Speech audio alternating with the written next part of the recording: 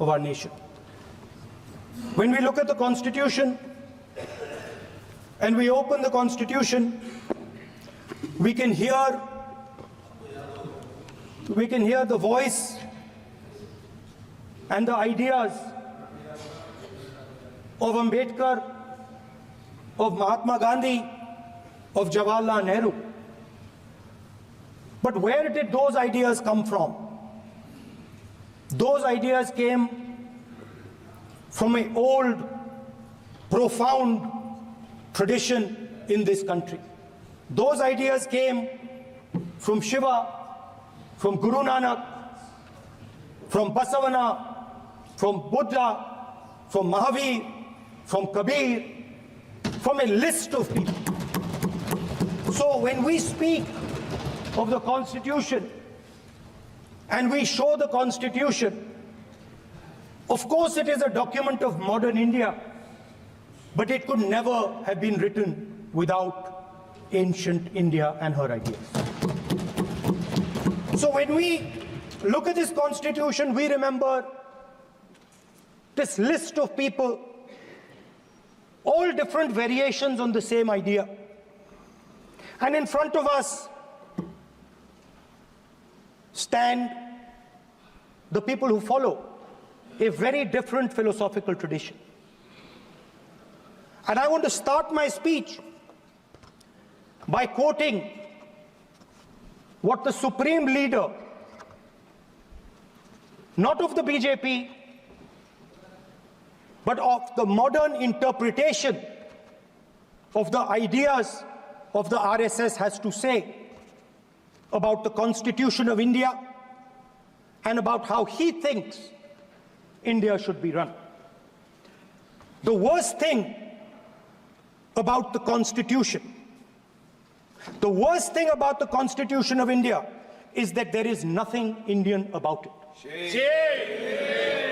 Manusmriti is that scripture which is most worshipable after Vedas for our Hindu nation, and from which our ancient times have become the basis of our culture, customs, thought, and practice. This book, for centuries, has codified the spiritual and divine march of our nation. Today, Manusmriti is law. These are the words of Savarkar. Mr. Savarkar has clearly stated in his writings that there is nothing Indian about our Constitution. He has clearly stated that the book India is run by should be superseded by this book. And this is what the fight is about. Now, it's nice that all of you are so-called defending the Constitution. But I want to ask you, do you stand by your leader's words? Yes. Do you support your leader's words? Because when you speak in Parliament about protecting the Constitution, you are ridiculing Savarkar, you are abusing Savarkar, you are defaming Savarkar. I'd like to quote also in Hindi. Bharat के संविधान के बारे में सबसे बुरी बात तो यह है कि इसमें कुछ भी भारतीय नहीं है। भारत के संविधान के बारे में सबसे बुरी बात तो यह है कि इसमें कुछ भी भारतीय नहीं है। यह आपके नेता ने कहा था,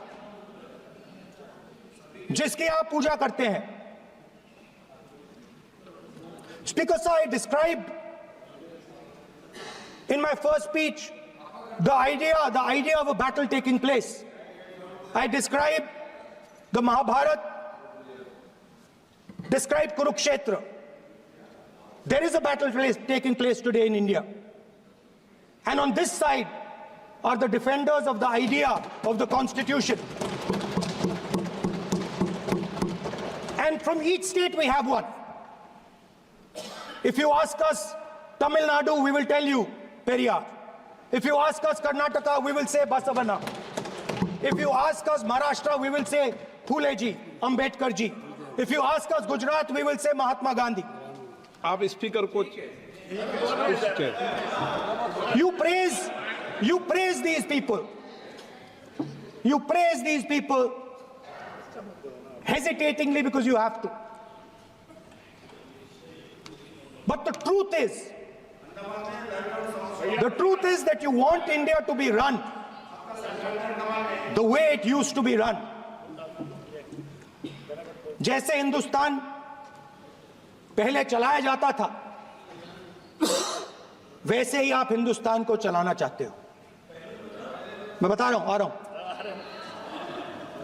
पेशेंस रखिए थोड़ी, इतना एक्साइटमेंट नहीं होना चाहिए। स्पीकर सर, जब मैं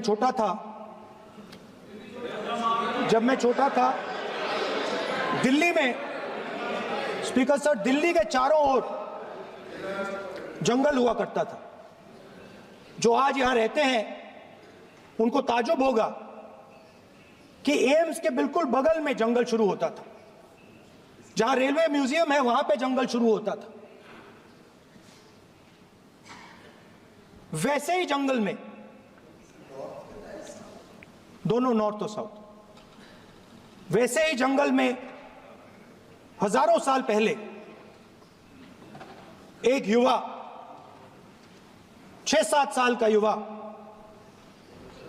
हर रोज सुबह उठ के 4 बजे उठ के, एक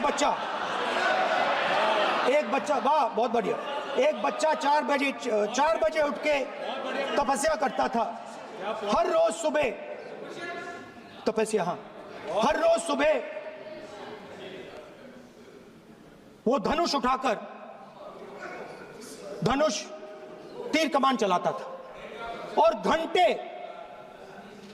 घंटे उसने तपस्या की, सालों के लिए उसने तपस्या की।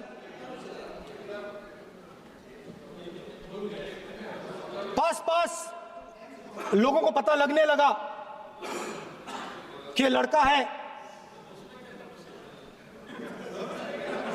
यही तो आप नहीं समझ सकते हो, यही तो प्रॉब्लम है। धनुष में तपस्या है, मनरेगा के काम करने में तपस्या है। तपस्या का मतलब शरीर में गर्मी पैदा करना, समझिए। हाँ, तब का ये मतलब है, तपस्या का ये मतलब है। तो ये तपस्या कर रहा था, लोगों को पता लगा और वो गुरु के पास गया। लड़के का नाम एकलव्य था और वो गुरु के पास गया और उसने कहा, गुरु द्रोणाचार्य जी, मैं सालों से धनुष चलाना सीख रहा हूं, मैंने अपनी पूरी शक्ति इसमें डाली है।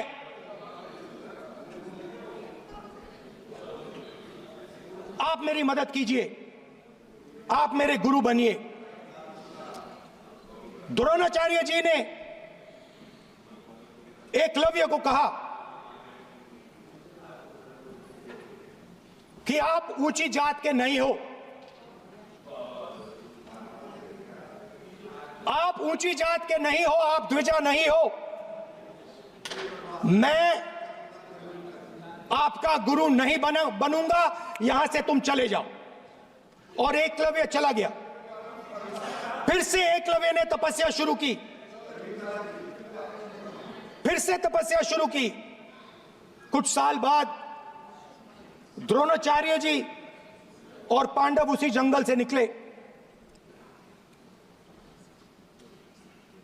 एक कुत्ता भौंक रहा था, कहानी आपने सुनी है, सुना देता हूं। कुत्ता भौंक रहा था, अचानक कुत्ते की आवाज शांत हो गई। द्रोणाचार्य जी और पांडव पास गए और उन्होंने देखा कि तीरों के जाल में कुत्ता फंसा हुआ था।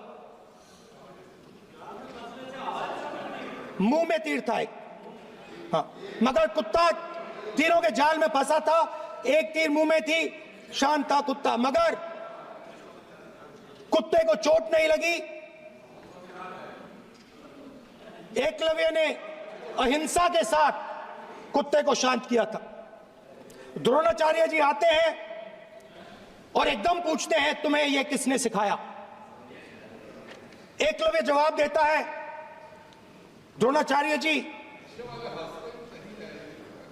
यह मैं सीखा हूं, मैंने तपस्या की है, घंटों मैंने प्रैक्टिस की है।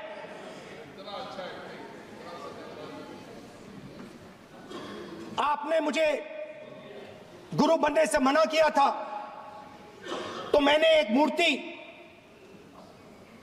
मट्टी की मूर्ति सामने रखी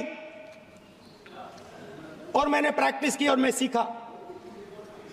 द्रोणाचार्य जी खुश नहीं हुए। द्रोणाचार्य जी ने एकदम कहा, तुम्हें मुझे गुरु दक्षिणा देनी है। नहीं नहीं, ये आपकी स्टोरी है, ये आपकी स्टोरी है। मेरी स्टोरी है कि द्रोणाचार्य ने पूछा।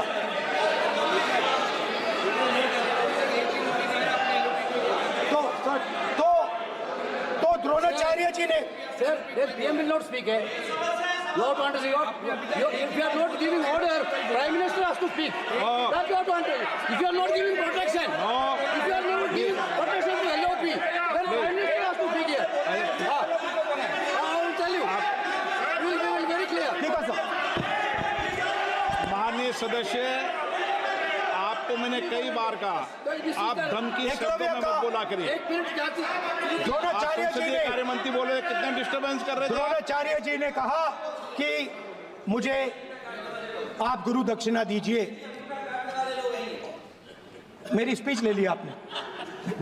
तो द्रोणाचार्य जी ने उनसे कहा कि गुरु दक्षिणा के लिए मुझे तुम्हारा हुनर, तुम्हारा भविष्य, तुम्हारा अंगूठा चाहिए। और एकलव्य ने अंगूठा काट के द्रोणाचार्य को दे दिया।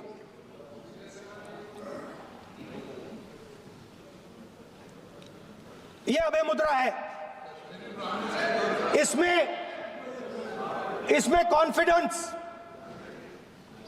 स्ट्रेंथ, निडरता कहां से आती है? हुनर से आती है, इस अंगूठे से आती है। ये लोग इसके खिलाफ हैं। जैसे द्रोणाचार्य जी ने एकलव्य का अंगूठा काटा, वैसे ही आप पूरे देश का अंगूठा काटने में लगे हुए हो।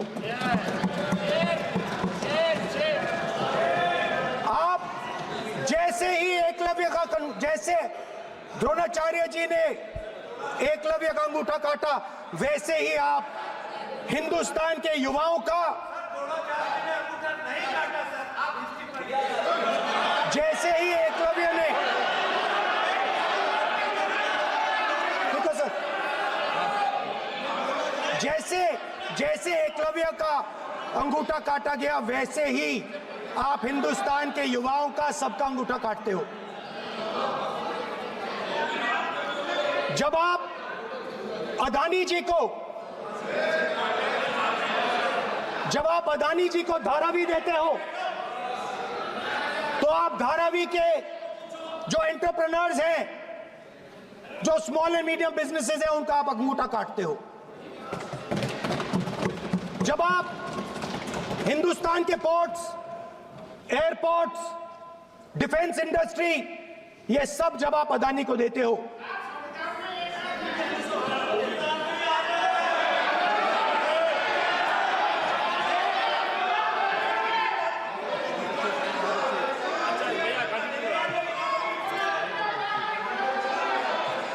हिंदुस्तान के सारे जो फेयर प्ले बिजनेसेस हैं, जो ईमानदारी से काम करते हैं, आप उन सब का अंगूठा काटते हो जब आप अदानी की मदद करते हो। कॉन्स्टिट्यूशन में लैटरल एंट्री कर आप हिंदुस्तान के युवाओं का पिछड़ों का, गरीबों का अंगूठा काटते हो।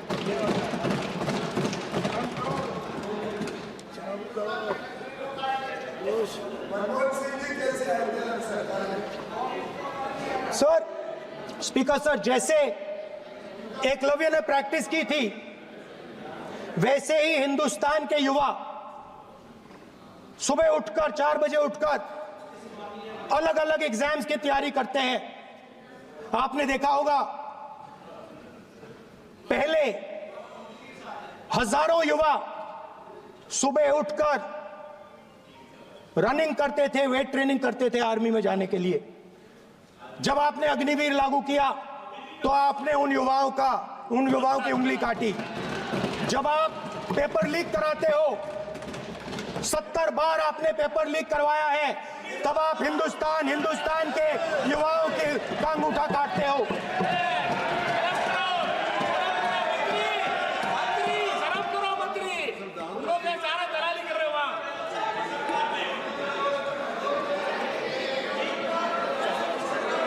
आज बाहर, दिल्ली के बाहर आपने किसानों पर टीयर गैस चलाया है, आपने किसानों पर लाठीचार्ज किया है।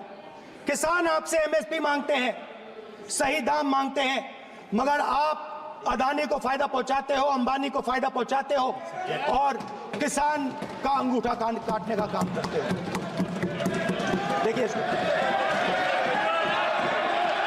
हम कहते हैं अभय मुद्रा, हम कहते हैं डरो मत, आप कहते हो हम आपका अंगूठा काट देंगे। ये फर्क है। एक तरफ कौन सर बोलिए। मेरे कहना है कि हम एक मिनट प्लीज बैठिए, आप बैठिए, प्लीज बैठिए, आप बैठिए। आज हम भारत के संविधान की 75 वर्ष की गौरवशाली यात्रा पर कर रहे हैं और कर भाई ये चर्चा हुई थी कि हम संविधान की चर्चा करते समय उसकी उच्च कोटि की ये अपेक्षा है। आप स्पीकर सर, आप राष्ट्रपति। कॉन्स्टिट्यूशन में कहीं नहीं लिखा है कि मोनोपोली होनी चाहिए। कॉन्स्टिट्यूशन में कहीं नहीं लिखा है कि पेपर लीक होना चाहिए। कॉन्स्टिट्यूशन में कहीं नहीं लिखा है कि अग्निवीर होना चाहिए। कॉन्स्टिट्यूशन में ये सब नहीं लिखा है, इसलिए मैं यहाँ रेस कर रहा हूँ। कॉन्स्टिट्यूशन में नहीं लिखा है कि हिंदुस्तान के युवाओं का अंगूठा काटना चाहिए, उनका जो हुनर है उनसे छीना जाना चाहिए।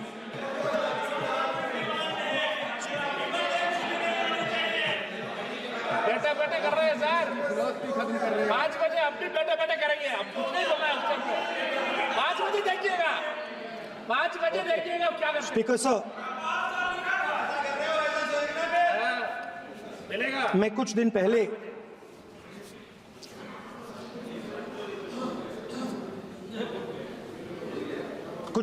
मैं हाथरस गया।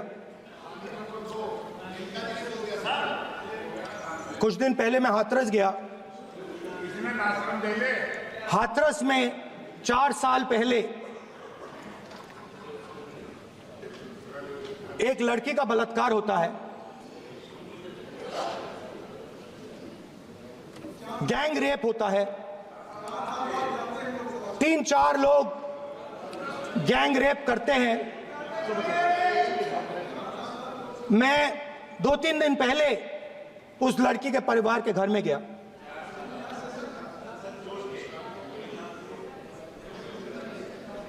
जिन्होंने गैंग रेप किया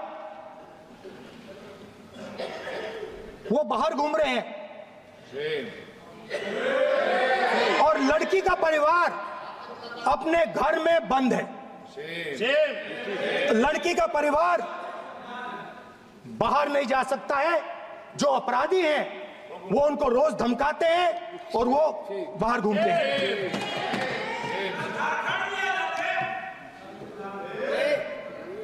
परिवार ने मुझे बताया कि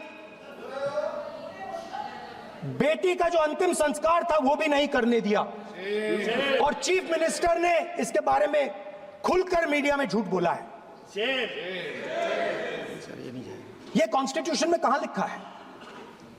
ये कॉन्स्टिट्यूशन में कहां लिखा है कि जो बलात्कार करते हैं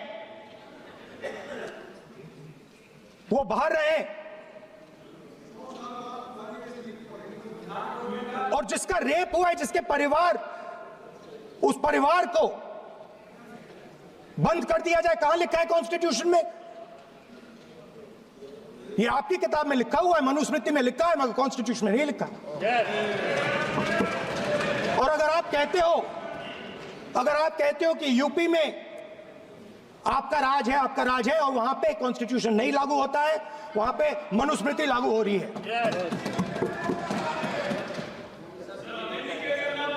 परिवार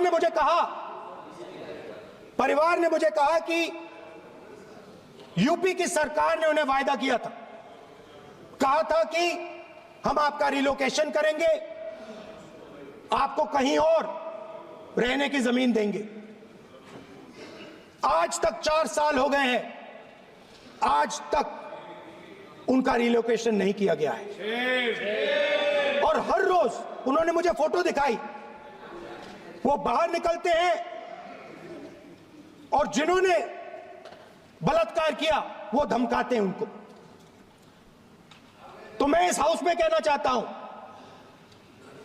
कि अंबेडकर जी के संविधान वाले लोग, इंडिया गठबंधन वाले लोग, हम सब मिलकर उस परिवार का रिलोकेशन हम करेंगे, अगर आप नहीं करोगे तो। और हिंदुस्तान के हर गरीब व्यक्ति को हम ये कहना चाहते हैं, आपकी रक्षा कॉन्स्टिट्यूशन करता है। और ये बीजेपी के लोग कॉन्स्टिट्यूशन पर 24 घंटा आक्रमण करते रहते हैं। कॉन्स्टिट्यूशन में लिखा है, prohibition of discrimination on grounds of religion, race, caste, sex और place of birth. The state shall not discriminate against any citizen on grounds only of religion, race, caste, sex, place of birth, or any of them. Some days back, youngsters from Sambal came to see me. Innocent people, they had done nothing. They were just, वो पास में थे, 5 लोगों को गोली मार के हत्या कर दी। ये कहां लिखा है कॉन्स्टिट्यूशन में? ये कहां लिखा है? कॉन्स्टिट्यूशन में तो लिखा है prohibition of discrimination of grounds of religion. और जहां भी आप जाते हो, एक धर्म को दूसरे धर्म से लड़ाते हो, नफरत फैलाते हो। कहां लिखा है कॉन्स्टिट्यूशन में? कहां लिखा है कॉन्स्टिट्यूशन में कि एक धर्म को दूसरे धर्म से लड़ाना है? कहां लिखा है कॉन्स्टिट्यूशन में कि दलित परिवार को बंद करके अंदर रखना है और उनके अपराधियों को बाहर घूमने देना है? कौन से कॉन्स्टिट्यूशन में लिखा है? मुझे दिखाइए।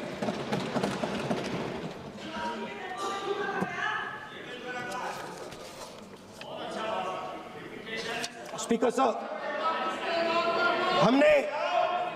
हमारी जो विचारधारा है, इंडिया गठबंधन की विचारधारा है, वो देश में कॉन्स्टिट्यूशन लाई है। हम सब मिलकर कॉन्स्टिट्यूशन की रक्षा करते हैं। अंबेडकर जी ने कहा था, if there is political equality but no social and economic equality, political equality will be destroyed. ये अंबेडकर जी के शब्द हैं और आज ये बात सबके सामने है। पॉलिटिकल इक्वालिटी जो थी वो खत्म हो गई है। हिंदुस्तान के सारे इंस्टीट्यूशंस कैप्चर कर लिए गए हैं। सोशल इक्वालिटी नहीं रही, फाइनेंशियल इकोनॉमिक इक्वालिटी नहीं रही। इसीलिए हमारा अगला कदम जाति जनगणना होगा। हम देश को दिखाना चाहते हैं कि आपने किन लोगों का और कहां कहां अंगूठा काटा है। हम दलितों को, आदिवासियों को, पिछड़ों को, किसानों को, मजदूरों को दिखाना चाहते हैं कि आपने किस किस का अंगूठा काटा है। इसलिए जो मैंने वायदा किया था, इसी हाउस में यहां हम कास्ट सेंसस लागू करेंगे और उसके बाद हिंदुस्तान में एक नए तरीके का विकास होगा, एक नई तरीके की राजनीति होगी। जो मैंने पहले कहा था, जो आपको अच्छा नहीं लगता है, 50% रिजर्वेशन, उस दीवार को हम यहां तोड़ेंगे। 50% रिजर्वेशन की दीवार और जाति जनगणना हम यहां करा के दिखाएंगे। आपको जो कहना है कर लो, कह लो। स्पीकर सर, बहुत बहुत धन्यवाद।